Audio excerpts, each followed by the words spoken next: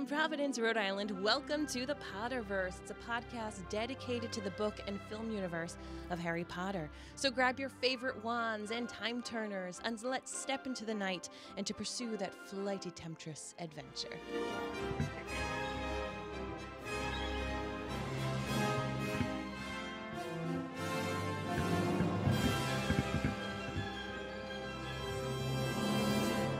Hello, everyone, and welcome. My name is Mary Larson. My name is Blake, and I got some questions about this chapter. I got some questions, Marvin. I'm excited about these questions. And it's like super nerdy questions. All right, I'm going to be here for it, hopefully. I know. Oh, my goodness gracious. So we, of course, are so excited to be back here with the second task. One of the cool things about this task is it takes place in the month of February, and we did not mean to take this long. For those of you listening to the Potterverse in real time, we did not mean for it to take this long for us to get the next episode of the Potterverse, but we do want to give you a little mea culpa, as our family has had COVID. So, COVID's been COVID, and Mary still, I think, has COVID. Dealing with it. And if you can't tell, I'm a little hoarse as well. Although for the most part, I've been asymptomatic. I think our children, for the most part, have been asymptomatic, which is great. But it's just been a doozy. It's been a doozy of a time. So. Yeah, and there's a lot of life stuff happening for us right now, and I think we're coming to a relative close on that life stuff for the most part. And I think what we'll do a separate episode of, on maybe at jointhenerdclan.com about some of the life stuff that has been going on for us. Or maybe for everybody. We can even we'll put see. it on every podcast. We'll just be tuned. Be warned Yeah, that be you might tuned. be you might be getting a podcast from us with a little bit of a life update.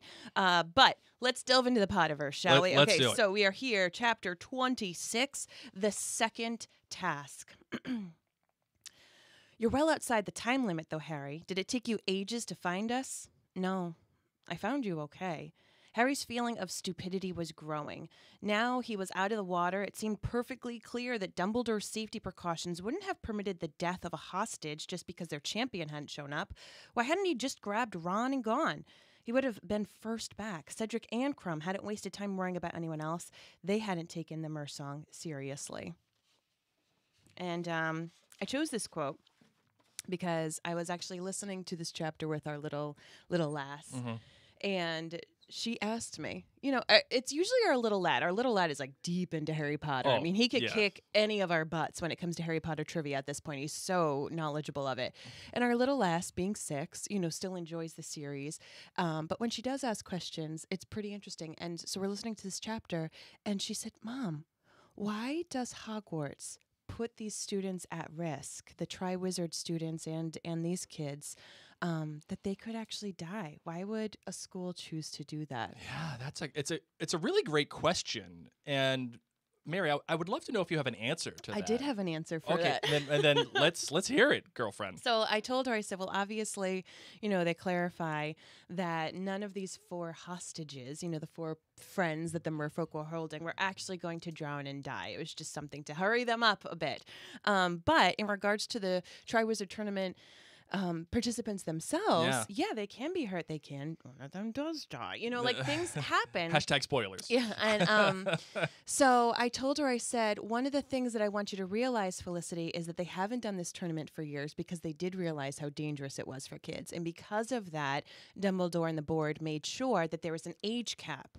And so you're going to realize that a lot of the skill sets that are needed for these tasks are things that Victor Crumb and Cedric Diggory and Fleur Delacour figure out. We don't have any evidence right now that anyone told Cedric, hey, you need to use the bubble charm. But I said he probably learned the bubble charm from Flitwick in that year. They made this age cutoff, hoping and figuring that these kids would have enough skill set to be able to complete these tasks. Mm-hmm. So, yes, we know that Karkaroff and Madame Maxine might be helping, but I kind of use Diggory as the barometer because nobody's necessarily helping him cheat per se. Harry told him about the dragons, but Cedric was able to figure out how to open the egg, but also the bubble charm himself, as did Fleur, which makes me think that at their grade level, they learn those types of charms. So to me, it's less they figured out, okay, we can't have every age do this. It can't be like the Hunger Games where you've got like, you know, I volunteer for tribute. You can't have like little, 13-year-olds and then 17 and 18-year-olds. But they figured out, okay, with the tasks that we're going to have lined up, what age should ideally, had they been paying attention in school and had they been trying their best, should they know a couple of different resources? Maybe they can't fully transfigure into a shark, but they've learned how to transfigure themselves a little bit. Things like that. Sure. Yeah, that makes sense. So that was my 2 cents, is that in the past, yes, people have been dead, but that's why they tried to make an age They've cap been hurt this dead. year. They woke up dead. Yeah. So that was my response to a 6-year-old. You ready to get into the rest of the chapter? I sure am. Let's do it. Don't go dying. I don't want you to wake up dead. Before we do this, though, we do want to let you guys all know that as we go into the next month and as we go into the spring season, Blake and I are going to be very, very busy. Oh, so busy. We've got a lot of shows going on at the same time. The Potterverse will continue. We've already planned out the schedule. It will be weekly, so don't worry. You will be getting an episode of the Potterverse every single week. And now that we've had the Rona, hopefully we won't be getting it anytime soon over the next month or so. Thank God we got COVID when we did. But make sure you're following us in particular on Instagram and Facebook, as those are our most prevalent social medias that we're really on the most. Obviously, we have a website. And we want to thank our friends at jointhenerdclan.com. If you're not a member there yet, please do. All right, let's get into the show. I solemnly swear that I'm up to no good.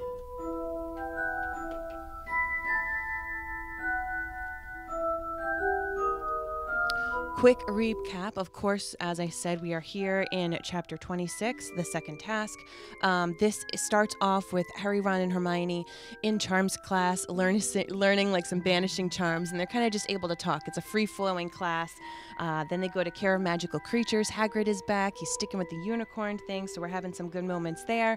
Harry, all the while, is desperately trying to figure out, like, what do I do? Oh my gosh, this is not going to be good. Spending loads of time in the library. At the very last minute, Dobby saves the day and gives him some gillyweed. He goes to the second task, obviously, with the merpeople, and saves the day, and ends up getting a lot of points for his heroic nature. What he does not get, if you're watching, is a Dunkin' Donuts coffee.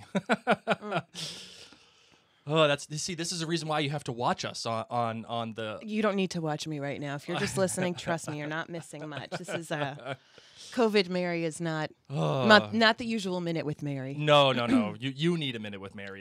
You need an hour with Mary. I need a month with Mary. All right, Marvin. So you said okay. So I got some stuff. Yeah, because here's the scoop. Like, there's a lot of this chapter is quite large, and there's a lot of time in class. So we get, the Hogwarts experience. But when it comes to plot, and this is one of the things that is tough with Goblet of Fire, it's a giant book, but when you're trying to get to the big tasks, there's a lot of Hogwarts magical filler, which I am here for. I am here for all those magical elements. But when it comes to Flitwick's class, where they learn some of these charms. Yeah, like the revulsion charm. Yeah. Yeah. So, like, to me, it's still showing you how elementary year 4 is. Yeah. That Flitwick probably taught Cedric Diggory the bubble charm earlier that year. And yet these kids can't even flip-flop a pillow. Right. So to me, that's what I'm taking it as. But the unique thing about there is some unique stuff that comes out of the class. First, they're all talking with each other, so they're not really paying attention. Yeah. And the revulsion charm doesn't require a vocal aspect that some charms do. It just happens with the motion, which I think is an interesting thing. Yeah.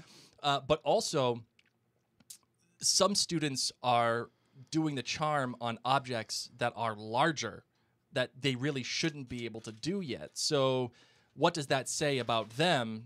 Like Neville. Neville, yeah. Like, can't do a pillow, but he could do Flitwick. Right, like that's a big deal. Yeah. That he's able to do that kind of. And like, and the other part of it too, right? So,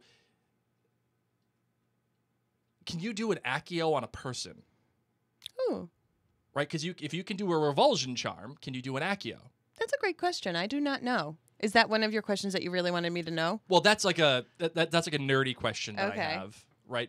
But the fact is that since he was able to do the revulsion charm on Flitwick, can you do an accio on a person to bring them towards you? My gut tells me no. That it's only inanimate objects that you're able to do it. That's what the Daily Prophet is saying.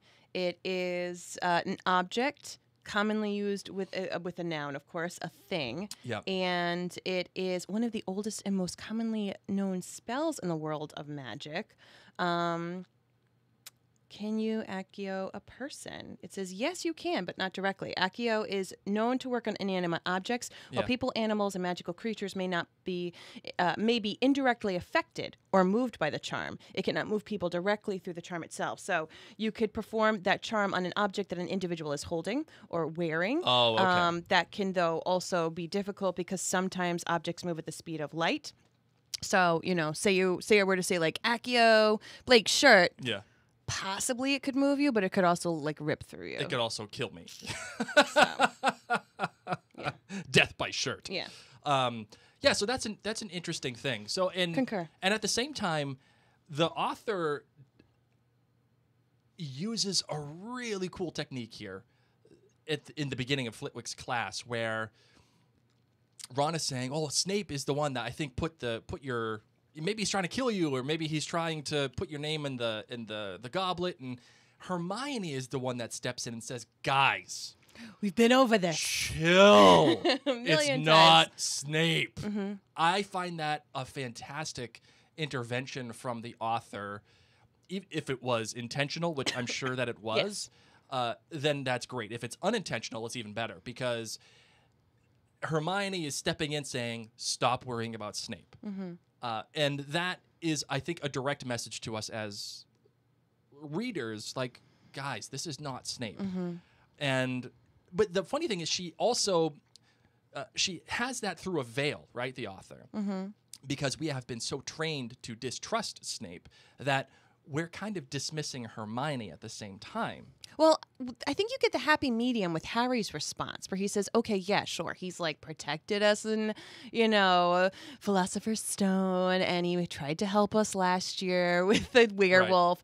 Right. But he says, but I want to know what his first offense was. I want to know why he has a second chance. What was his first chance? And I think that that's a nice happy medium, because it's Harry's way of saying, yeah, I got it, but he still did something shady.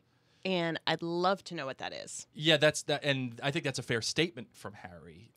Though it's not his business, but when has Harry ever worried about something being his business? I mean, he's a Gryffindor. He is such a Gryffindor. We're a bit nosy. So I kind of want to skip ahead a little bit to Dobby.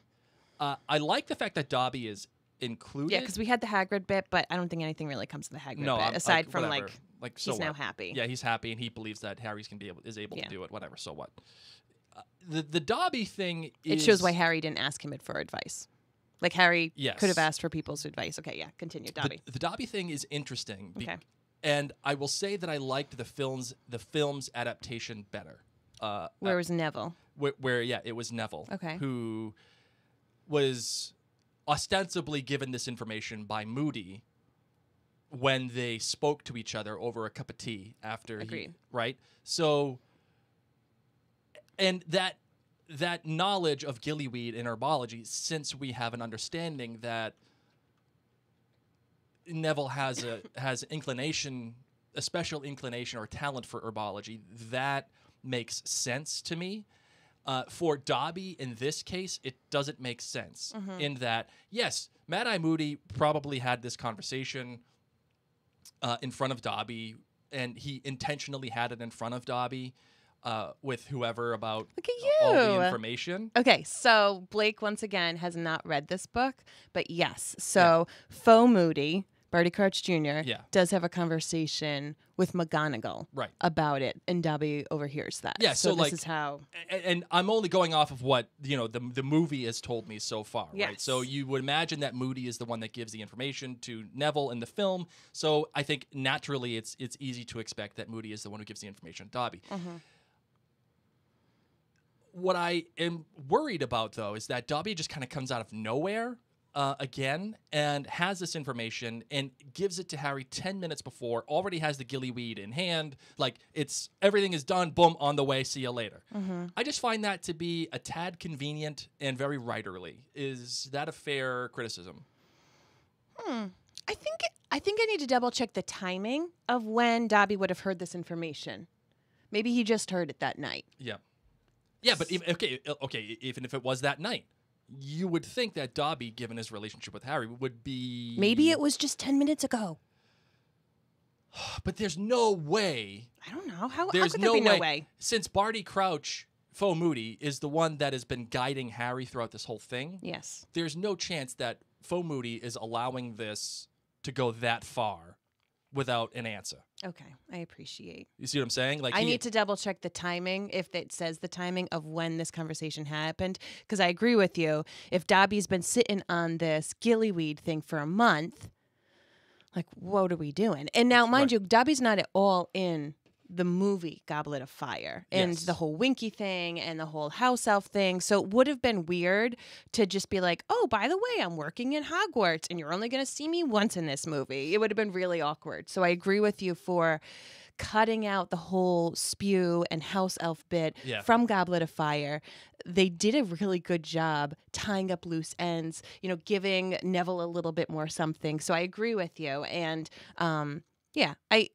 I see what you're saying, how the timing of, in the movie, Faux Moody giving Neville the book, Neville having the time to read the book. He's even telling Harry about different fun facts, and Harry's mad at him, like, why are you telling me about this stuff? I'm so mad, you know? So, and it happens in a natural conversation where he's like, well, listen, if you can find a way to get me to do the X, Y, and Z, he's like, well, I don't know, but I know about gillyweed. Like, and then he does, and it's not 10 minutes before. Right. And then Neville is able to give him the gillyweed. So I agree with you. I do like the pacing of the gillyweed factor in the movie a bit better. I will hopefully, we're going to find out if we're able to know the timeline of when the Faux Moody McGonagall, here are some ways the kids could survive underwater conversation happens. Yeah. And the reason why I bring it up is because it feels as though the Dobby thing is brought in by the author for a very writerly reason, which is I need to create tension.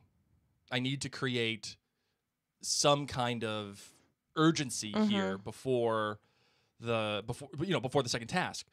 But I think that the searching of the answer is that tension, not Dobby being like, you got 10 minutes, here's gillyweed, put it in your mouth, go. Like I just find that very convenient, and I find it very sloppy, if you know what I mean. Yeah. Fun fact about gillyweed, you can make a drink with it. Really? Professor McGonagall at the Three Broomsticks orders a drink, gilly water. And Romilda Devane offers Harry a glass of gilly water that is actually spiked with the love potion. So, and not only is the gillyweed in Professor Snape's stores, but we're led to believe that possibly in herbology they might be growing some gillyweed there. Yeah. So just some fun gillyweed facts. And like as good as the adaptation is in the film for the gillyweed, I think the film really lets us down when it comes to Harry taking the gillyweed, that not necessarily that, but when he finally gets to the merpeople, I think the movie really lets us down with the merpeople. And in what way? But before we do that, I do want to say the writing for when Harry does take the gillyweed and he jumps into the water and he feels the oxygen in his blood and it's cooling and soothing and what a great piece of writing. That whole bit, even just from him walking into the water and, saying to himself, I feel so foolish. Everyone's looking at me and it's getting cold and I don't know what I'm supposed to be doing right now. This is so awkward.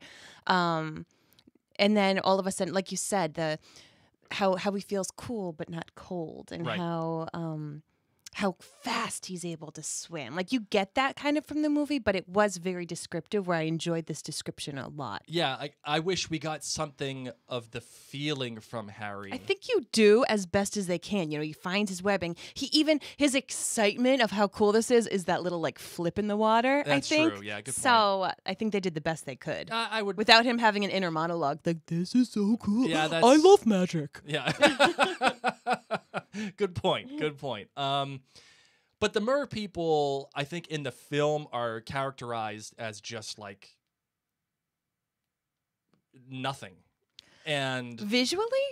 No, visually.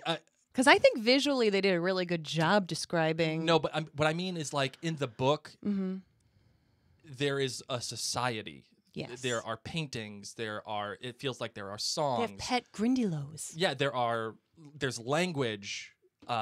Whereas in the film, there's none of that. There's no characterization.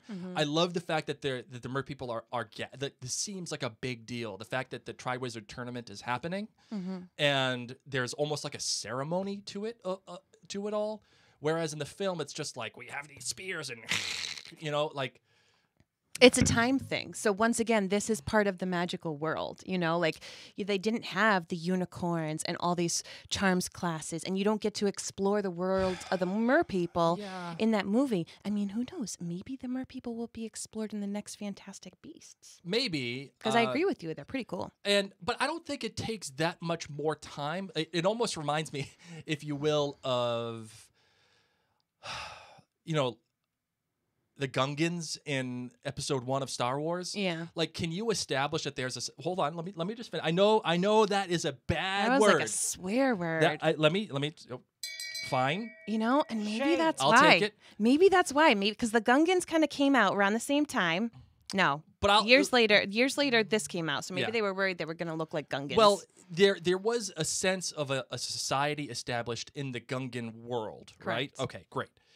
And that society was established by these big establishing shots as Obi-Wan and Qui-Gon Jinn and, Jar Jar are in this little spacecraft, seacraft going down. And, like, you can tell that there's a world there. Now, when they get to Boss Nass and doing the whole thing and all that other crap, yeah, no, that's stupid. But you can establish a society in a few establishing shots. You can show that there is... some kind of ceremony type celebration. Like how they established the tents and the camping in the absolutely World Cup. Okay. Yeah. I think you can do that. So the characterization of the merpeople is hard for me to accept in the film because the book does a much better job, and I don't think it's that hard to create that same feeling, not necessarily with all the detail. But, like, you can have a merperson talk, right? You can say, we don't help. I think that's a fair thing to do when Harry's asking to borrow the spear, right? Like, that makes sense. Although I will say I love the dichotomy, or at least the contrast, between what the mermaid looks like in the dream that Harry has and how she's kind of teasing him, but what the reality of the mermaid is, or the merperson is. What a great contrast between the two. Yeah. And how This isn't Peter Pan mermaids. No, this is not. This is not Ariel. And what we get in the dream and in the glass window, that's Ariel. I really loved that difference in how the author sets you up to believe one thing and then does a completely other thing. But what do you think about the characterization of the merpeople in the film as it relates, in light of what we see in the book?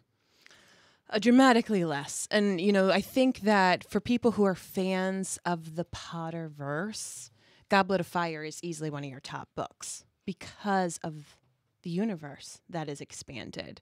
And that's not saying that you won't like the movie, but once again, it comes down to timing. So I appreciate what you're saying, how like it wouldn't have taken but 15 seconds to maybe do some shots of their land and their village. But when you're looking at a film, every single thing needs to count. Sure, absolutely. And, we needed to have that. I think we needed to have the heightened mystery because Harry swims for a long time in this, you know, so it takes up half of his time. Yeah. So, I think for us to be with Harry rather than like, wow, I love magic. Like, look how cute. They've got a little pit Grindylow. Like, I think that they wanted it to be dehumanized to make it scary. We hadn't had the dragon for a while, and we're not necessarily having the threat of Lord Voldemort. Like, you think about Chamber of Secrets. Like, every time you get cozy, you freaking hear the basilisk say something. So we needed to kind of be on edge a little bit because maybe, too, as viewers, we'd be looking and be saying, they're not going to actually drown Ron. That's not actually going to happen. So I think it was okay, but I do love how often he tries to talk and how they can't understand him, and Yeah. it's just bubbles and his sheer frustration. And I think it's quite interesting, when he whips out his wand, and that changes the game for them. Yep, that's what she said. And so, oh my gosh, this is a family-friendly show. And this is yet again another example of the layering that we have where wizards with their wands do seem to have a higher level of authority and also fear. They can bring about a little bit more power, I guess, it was what I'm going to say, against other magical creatures. And so I just thought that was very interesting in the book, to be able to see, like, he can't speak because his things just keep going in bubbles, and he does his 3, 2, 1, and the wand itself is able to kind of scare the merfolk into snapping out of it. Yeah, and I another bit that I liked too, that is that Harry is doing the relatio charm, And the bubble just keeps... and the bubbles are in, like, he's shooting hot steaming bubbles out of his wand, like, and he's just shooting it everywhere. Yep. Like, who cares if other contestants are around? Who cares what? It's just you're gonna get smoked by this boiling hot water. Like, and yet he finds a sharp rock, takes care of business. The other thing that scared me was the description of when Crumb comes in with his shark face, and he's just gnawing ever so like crazily, and Harry's thinking he's gonna bite one of Hermione's legs off. Yeah, right. So he has to hand him his little sharp tool. So it was the other thing that's different is in the movie. Harry doesn't know that he has to rescue Ron. It's not until he sees him. So it adds that climax of, it adds to that fear. You know what I mean? Sure. Where here in the book, he at least knows what he's looking for. And there's another great bit of subversion, I think, in this chapter as well, when Harry's looking at the seaweed that's tied up into knots, holding Ron and all the others. The hostages. The hostages. He thinks, oh my gosh, only if I had the knife from Sirius that I could do this. And what a great subversion, because normally when it you talk Chekhov's gun, right? When the gun is introduced in the first act, you can be better damn sure that it's going to be going off in the third act. And the author sets you up with this knife that Harry gets from Sirius, and then nothing comes of it. Like, he thinks, I should have brought this. I love that the author does that to you, and she takes that trope and says, "Nah, we're doing whatever we want to do with it." Yeah. Like, you could make an argument that she should have had Harry have the knife, but I like that she doesn't. Yeah. Because it's just too obvious. Sirius is mentioned in this chapter. Yeah. Where, the note comes in with the owl, and Harry's pretty disappointed because all it says is, when's your next Hogsmeade trip? Right, So Harry, of course, writes back about that. But it is just nice to continue to have the little Sirius drops. All right, so I got to talk about the hostages here. And this, I think, is where I have the most problem with this chapter. You and our daughter. No, I mean, okay. I like the fact that there is a little bit of urgency in that we're not 100% clear as readers that, until later on in the chapter, that, these people could die. I mean, they're saying, like, you have an hour, and or this, whatever it is you want, it turns to dust or whatever it is. Then, like, could there be an argument, like, are they lying? No, because they're saying that if you don't rescue these people, your chances of winning the Triwizard Tournament are gone, right? So yeah, if you squint at it, they're still telling the truth. But I think my trouble is with the hostages themselves. Well, first, I think the narrative. This is the first time that the narrative gets in the way of itself, because the characters themselves, like, for example, Crumb, the person that he loves most is Hermione. Like, you met this chick like a month ago. Yeah, you took her to the dance, but, like, you don't got a best friend in Durmstrang. Like, come on, right? And then hold on, let me finish. Okay. If I squint at it, I can make an excuse for Cho Chang, because I mean, she's Cho Chang. She's the it girl.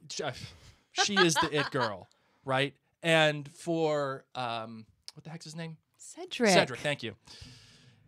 It's the COVID. Come on. Okay. It does actually affect your brain. For Cedric, COVID like, fun. okay, new love. She's the it girl. But he's a Hufflepuff. So are you going to tell me that a Hufflepuff doesn't have a best friend in his own house? Okay. When do you want me to start to answer? Because you're going down the list. So I'm going to let you keep going down the list. Well, the reason why I'm saying all Okay. of this is because I think the narrative gets in the way of itself to give Harry urgency and not necessarily the other character's urgency. Right? They're putting the author is putting Harry in a place where he has to make a choice between Hermione and Ron and Cho Chang. And then the other one is the sister, right? So it's this 8-year-old little girl, however old she is, from Fleur, right? So like, who do you choose? Do you take all of them? Do you play on that Gryffindor? And that's why I'm saying the narrative gets in the way of the story because the author is trying to make this urgent for Harry and not the other characters. Okay, so I've got a little insight for you. Okay. Okay, so Harry, obviously, it would be Ron, right? Well- You're not questioning that? Well, I'm questioning that too because that means he values Ron over Hermione. Yes, and he does. But does he? Okay, yes. It's his bestie, and they spend every single moment together, and they had a fight. So what I'm thinking is that the heads of houses and the heads of the school were tasked with, who does this person care about?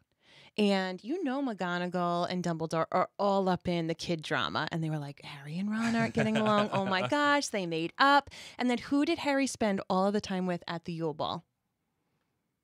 Ron. Yeah. Okay. Who did Victor spend all the time at the Yule Ball with? Hermione. And who did Cedric spend the entire time with at the Yule Ball? Cho. Yeah. So when you see the judges who are at the Yule Ball, this is the only time they get to see like the whole student body together. They see who do these people, when they have the entire school to choose from, who do they choose to spend their time with? These people. So it totally makes sense to me that they would choose Ron for Harry. 100%. Okay. Yes, could they have substituted Hermione? Easy switch. But once you added Hermione to the Victor Crumb, they were like, bada bing, bada boom, got 2 birds, 1 stone. Why did they choose Hermione for Victor Crumb? And why did they choose Cho Chang for Cedric? Cedric is 17 years old, and Victor Crumb is 18 years old. Mm-hmm. Those, my friends, are the most horny years of a man's life. Okay. And Sure. it's generally the years that people start to do a little. So, that being said, put yourselves back, or maybe if you're currently at that age, or maybe you're not even at that age, so you just hold on tight, Spider Monkey. But put yourselves back to 17 and 18 years old when people are starting, and you find your first love. Because I bet you Cedric already dropped the L-bomb on Cho. Cedric's that kind of guy. Oh, yeah. Okay? He's does. dropping L-bombs left and right. Yeah. Okay? Yep. The first person you are in love with, would you say you would have done anything for them? Like your high school love where it was, okay, so you had drama, okay? Let's not talk about you. Normal people, okay? Normal people, when they've got their first big love, think about all these movies. Think about The Notebook. Think about all these like grand young love movies, and then add in 17, 8-year-old lust. Yes, that is who they care the most about in this world. Then we get Victor Crumb with Hermione. Victor Crumb, bless his heart, I don't think he has a lot of friends. Okay, we don't see him having a lot of friends. He feels really awkward because he's famous. I would actually say he doesn't have friends, and Hermione is the only person who looks at him eye to eye. We don't know that he has any siblings. We don't have anything like that. He doesn't have a Ron, so it makes sense to me. Once again, 18-year-old, this is the only person he's connected with, and it's who he hangs out with the entire time at the Yule Ball. Then we come into the fact, though, why didn't Fleur Delacour have Roger Davies? Her date, her Ravenclaw date. Well, I was just going to say the one flaw in your argument is Fleur. Wow, my friend, 17-year-old girls aren't built like 17-year-old boys. And let's be real, Fleur Delacour does not really care about Roger Davies when she has a younger sibling. That's who she cares the most about. Fleur is very, very into herself. Sure. Okay? So all she does is complain. She puts Roger Davies down, and she has a sister. So it's easy. And obviously, here's another question too, and this is like a more of a mechanical question. Why is an 8-year-old there? Why is an 8-year-old there? Preach. But what? Okay, in let's just say all things being Or did they equal, just like scoop the 8-year-old up? Like, did she not actually come to Hogwarts for the year, unlike in the movie? Like, did they just like bippity boppity boo her from home? That would be a fair thing. Because they could say like, well, who does Fleur care about? And they'll say, like, no one. Fleur just cares about Fleur. And like, we're in trouble. I mean, what are you gonna do? Like, put a mirror on a piece of seaweed? That's what she'd care about saving. And then they had to go and ask Fleur's parents, like, can we please take your 8-year-old? Because honestly, Fleur doesn't care about anybody until she meets the Weasleys. And then, it's a different situation. Well, okay. So does that make you feel a little bit better? There's one possibility that, yes, that they snatched her sister from her house in the middle of the night, broke the door down, and pulled an old school put her right on her. back. Yeah. If she's not dead. Dumbledore and Professor McGonagall showed up in a white van and black ski masks. And they just left a little note like they did when they dropped off Harry. BRB. With an owl. P.S. The owl bites. So, or the other option is that Beauxbaton starts their schooling earlier. So yeah, maybe they've got a K through 12 program. That's what I'm getting at, Yeah, right? So I'm here for it. maybe the sister is there for a good reason. But they say, I'm pretty sure they said that they only brought the kids who were age appropriate to Hogwarts. They didn't bring the whole Yeah, school. you're I right. thought they said they only brought like a handful Yeah. of the age appropriate candidates who actually would have wanted to do the Triwizard Good Tournament. Good point. So maybe I think the bippity boppity booed her sister. no, they showed up in a white van and with black ski masks, and they broke the door down and they They left just a sent note. Hagrid. Yeah, Hagrid, we need you to go pick up something. Remember what you did on the island to the Dursleys? yeah. Dry up, you old prune. Just do that again. Yeah. Just don't let anybody know it's you. Just say we. Un, deux, trois. So I. Dressed like Emily in Paris. No one will notice. Bonsoir. You just see Hagrid walking around in In a red beret. bottom shoes. Bonjour. Oh man. that'd Okay, be so great. that's my opinion on the Victor Crumb think- Cedric Diggory bit. I think it's all fair. But I still think that is a tad. Like, I'll tell you this. I didn't spend Christmas with my family. I spent it with my boyfriend. And Christmas is a big deal to me. Yeah, but you can't tell Okay, me that young as a love. Hufflepuff, Cedric doesn't have a best friend. Like you tell me that JFF. No, he definitely has a best friend, but if it comes to best friend versus my girlfriend, who I've probably like got to second base with by this point because he dropped the L bomb, and let's be real, it's Cedric Diggory. I don't know. I think there are some flaws in that I argument. think you need to go back to 17-year-old self and see what you would have chosen. To be honest, I would have chosen my best friends over my girlfriend. At 17, At well, 17. your girlfriend once Well, again. my girlfriend was a floozy. She was no. Well, she wasn't. She was a floozy. She was a floozy. But she was banana land. Yeah. So you probably would have been like, Merfolk, you can keep her. yeah, it's just to make my life easier. Okay, how about me? Well, I'm gonna choose you, obviously. Okay, so I'm just saying that to normal people who don't have floozy girlfriends, who also themselves aren't like promiscuous as you were in your Yeah, but youth. the second I met you, I knew we were gonna get married. That's how Cedric felt about Cho. Okay? That is how Cedric felt about Cho. Thank you. Point made. Move on. So, I think there are some inefficiencies in the writing here, and I also think, I don't. but it's fair. Aside from the sister. The sister is where I get hung up. Other than that, The I sister totally is- believe a the sister 17-year-old boy. is an issue because that kind of throws a wrench into all your plans. But whatevs. We'll whistle past that graveyard. I like how Harry, does the Gryffindor thing, and he struggles with the idea of bringing up other people, and I want to rescue the others. And I like how also I would have had the same problem. Of course you would have. I like how Cedric and Crumb just don't even bother. They're like, yeah, right, guy. Like, no chance. Are we gonna are we gonna go rescue other people? Though I kind of struggle a tad with the fact that Cedric wouldn't try to rescue other people at all, just because he is such a Hufflepuff and like. Part of me thinks that Cedric knows they won't actually die. Once again, I think it's a maturity thing. And to provide a counter argument to my troubles, I just thought about this. Cedric was the one that was so careful with staying within the rules, but bending them a tad by letting Harry know about the egg. Mm-hmm. So like is Cedric is he intentionally not trying to save other people because he's bound by the rules that he's so carefully been trying to follow? Mm-hmm. But on the other hand, he willingly accepted the answer from Harry. So he says, so Cedric comes on up, and Harry looked up and saw Cedric swimming toward them. There was an enormous bubble around his head, which made his features look oddly wide and stretched. Got lost, he mouthed, looking panic-stricken. Mm-hmm. Okay, because we're really short on time. We're even late at this point. Fleur and Crumb are coming now. Yeah. So why doesn't Cedric try to save them all? Because he figures every single one of the champions is going to be here in a second. And we're late. Good point. I just saw them. To me, that's him saying they're coming.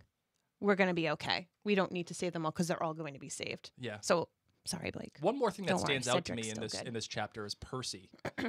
Everyone ranks on Percy, and trust me, deservedly so. That kid's a clown.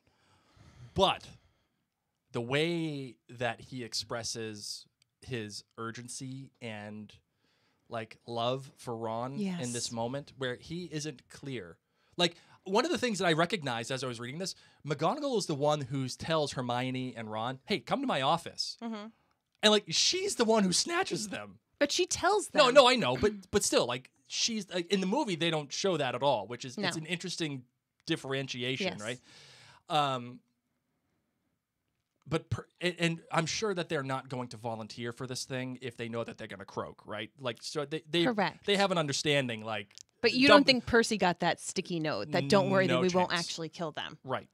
Yeah, I think that McGonagall and Dumbledore did that on purpose to not tell Percy. Sure. You know? Well, not tell anybody. Let's just mess with them. No, I mean, all the judges know none of the kids are going to die. The judges, yeah, sure. But what about the rest of the population? Yeah, let's make this really suspenseful. So I like that Percy finally does just like something. how we all feel when you watch a show with your favorite character, yes. and you're like, "Will he die?" And you say, "No, they just renewed for 2 more seasons. We know he can't ain't gonna die." Yeah, right. But I'm still nervous. I just started that show, The Bodyguard. Oh, not The Bodyguard, but Bodyguard with Rob Stark.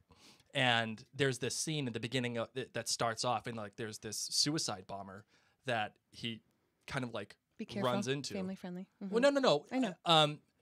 And I know the bomb ain't gonna go off because we got the rest of the series to go through. Yes. So it is tension filled, but it's not at risk filled. Yeah. See what I'm saying? Yeah.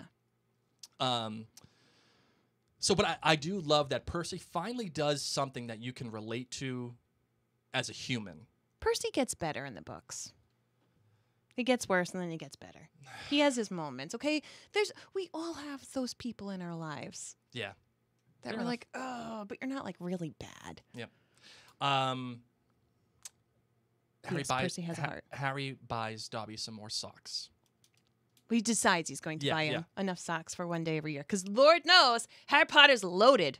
He's got all the money. No. Anything else you want to talk about this chapter, my darling? That's really it. The next task is going to take place June 24th, which blows my mind that the kids are still in school. So if you do live in the UK, I'd love to know, when is your last day of school, generally? Our last day of school is traditionally around June 20th here in Rhode Island. I know it's different in different states. Southern states often get out a lot earlier. But when we have snow days or where we have delays like that, it will go even further than that. So I'd just be interested to know, because I thought that was quite late. Yeah. And I don't know if the kids stay in school a little longer or if it's just the second to last day. I mean, Lord knows Cedric dies and they all need to go home. Please come pick up your child early. School is being dismissed a day early. We do have to get going here, but we did promise that Mary would do a different perspective for this episode. Did, yes. But I feel like we just did by doing the whole Hagrid going to France to go steal Gabrielle. All right, fair enough. There you go. You got your different perspective. Hagrid going to France to steal Gabrielle. Am I right? Yeah, I think you're 100% right. Yeah. Okay, so I know I also promised that we were going to get to the listener feedback for this episode. We'll do one. We'll do one. This one comes from Jay. Oh, actually, hold on. Miles here. This one comes from Jake. Jake says, Hi, Jake. I'm a proud Gryffindor, and I'm emailing to let you know that I love the Potterverse podcast. Thanks, Jake. And that it is the best Harry Potter podcast that Oh my I have God. ever listened to. Oh my gosh. Thanks, Jake. I Jake, that's so appreciate sweet. that. My question to you, though, is who do you think would play Harry if the films were made now? I think Tom Holland would do a great job. See, now this is a good question. Okay. Because for what age are we casting Harry Potter? Good question. Right? Are we casting Harry Potter for young buck Harry Potter or for Deathly Hallows Harry Potter? Right? Yeah, Or like Order of the 11-year-old. Phoenix. You know, are we doing an 11-year-old or are we doing the 18-year-old? How about a person, but you can just Benjamin Button him to whatever age he needed to be? Oh, okay. I got you. That's a good question. If I could Benjamin Button anybody to the age that I want them to be. My first thought was Henry Cavill, but no, he's too He's too dreamy. I'm going to go with, you know what? What? I'm going to go with Tobey Maguire. He's my boy. He's your boy. He is. How about you? What do you I got? mean, I'm down for a Tobey Maguire. I think Tom Holland would be good. I like because I think he can pull off the nerdiness. I think he can pull off the athleticism that's needed to be Harry Potter. He can pull off the dorkiness, but also the anger. I would actually love a Harrietta Potter. I would love to flip genders. Yeah, but you have to work within the construct of. I'm just saying, if I could, I would. Flip everyone. Mix it all up. Make it like a Rubik's Cube. All right, if I had to choose a Harrietta Potter, you know who I would choose? No. Liv Tyler. Cute. I just thought about that. I think Liv Tyler is. She might just be a little too pretty. That's a good point. I know. That's a good point. Maybe Maggie Gyllenhaal. I'm not saying she's ugly, but she's no Liv Tyler. Okay. I'm down. Maggie Gyllenhaal would be good. Yeah. Okay. All right. Anything? We have a ton of listener questions. You know what we're and going to do? feedback. We're actually just going to do a listener feedback episode after this one so we can catch up. So that's what we're going to do. We'll just Well, do no, I mean, I don't think we should do that. So we have a ton. Well, I know. What's a ton? Over 5? Well, I mean, we have 5. I think we have 4 or 5 listed, but I just took one off. So Okay. we'll do it at the next chapter. Yeah, we'll do it at the next chapter, just because Which we will have a come little out bit of a next time week, I crunch right now. promise. So Make sure you're on our texting alerts. You're going to text, if you're in the U.S., text the phone number 81010, and in the message field, the @symbol, @Elder1. No spaces, nothing like that, just @Elder1. You're going to get our complimentary texting, and you will get a text letting you know the date and time that the podcast is being released, so you can join in the live premiere discussion, or you can just make sure to keep an eye on your podcast app.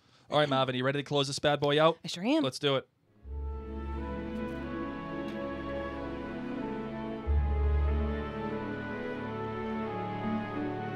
We want to thank you all so incredibly much for those of you who are patrons at jointhenerdclan.com. You truly have made a significant difference in Blake and my life over the several years, but in particular this past year. And we also want to thank you all, whether you're patrons or not, for your patience as we have been going through a couple of different health issues over these past several months. And it has made us have to adjust our frequency, but we are back and we are better than ever. So thank you. Well, I'm not better than ever, but we're back. I'll be getting better. Mary's on the road. She's on the yellow brick I'm on the road. long road. But thank you all so incredibly much. And please stay tuned to make sure you're following us on social media, as we do have a lot coming up this So spring. look up Mary and Blake on all the platforms, whether it's YouTube or Instagram, Facebook, Twitter. It's all there. We're ready to go. We're back in the Potterverse, man. I'm happy. Harry is a happy place. Agreed. So I can take that. On that note, my name is Mary. My name is Blake. Mischief managed.